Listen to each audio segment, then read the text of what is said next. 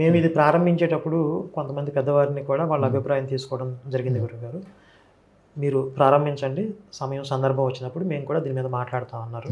అయితే మీ అభిప్రాయం కూడా తీసుకోవాలి అని ఇక్కడ రావడం జరిగింది ఈరోజు. అసలు శాస్త్రం ఏం చెప్తుంది, మీ ద్వారా తెలుసుకుందాము అని వస్తే మీరు విస్పష్టంగా ఇది శాస్త్ర విరుద్ధం అనేది చెప్పడం మాకు చాలా సంతోషంగా ఉంది గురుగారు. అంటే మేము చేస్తున్నటువంటి పని ఇది శాస్త్ర సమ్మతమే అంటే మేము కూడా ఇంకొంచెం ధైర్యంగా ముందుకు వెళ్ళగలుగుతాం.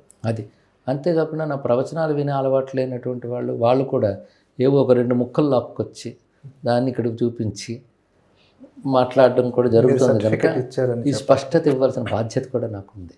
నా స్టాండ్ ఏమిటి అనేది తెలియజేయాలి. అప్పుడు రాసినప్పుడు మనసు చంపుకుని రాసిందేం లేదు, అలాగనే భక్తిభావంతోనూ రాసింది లేదు.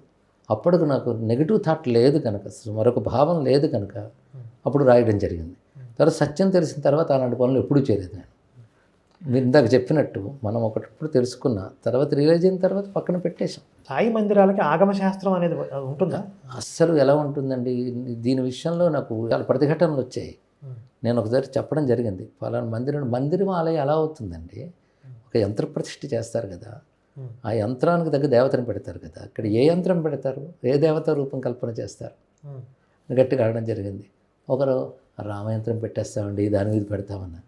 ఒక యంత్రం పెట్టి ఒక మూర్తిని పెడితే అంత పాపం. అది మంత్రం, యంత్రం, విగ్రహం 3 అనుబంధం కదా ఆలయం అనేదానికి ఆగమంలో చెప్తున్నది. మంత్రం జపం చేసి దాని పొటెన్సీని తీసుకొచ్చి యజ్ఞం ద్వారా తీసి దాని యంత్రంలో ధార పోసి దాని మీద దానికి తగ్గ ఆకృతిని నిర్మాణం చేసి దాని జలాదివాస అయ్యాదివాసాలతో శుద్ధం చేసిన తర్వాత ఏ మంత్రం యంత్రం ద్వారా అక్కడ ప్రతిష్ఠింపబడిందో దానికి తగ్గ మూర్తిని ప్రతిష్ఠించాలి. దీన్ని బట్టి అబద్ధం, మోసం కూడా చేస్తున్నారు, కపటం జరుగుతుంది కదా, తప్పు కదా. ఒక బొమ్మ పెట్టి పూజించడం వేరే విషయం, పెట్టిందేమో మన యంత్రాలు పెట్టడం, అక్కడిది పెడితే పూర్తి శాస్త్ర విరుద్ధమై దుష్ఫలితాలు ఇస్తాయి. అది బాధాకరం. అదే మిగిలిన వాళ్ళలో 4 గోడలు లేపేసి ప్రార్థనా మందిరం ఒక పెట్టుకుని దండం పెట్టుకున్నాను అనుకోండి, అది వాళ్ళ విశ్వాసం వాళ్ళదనొచ్చు.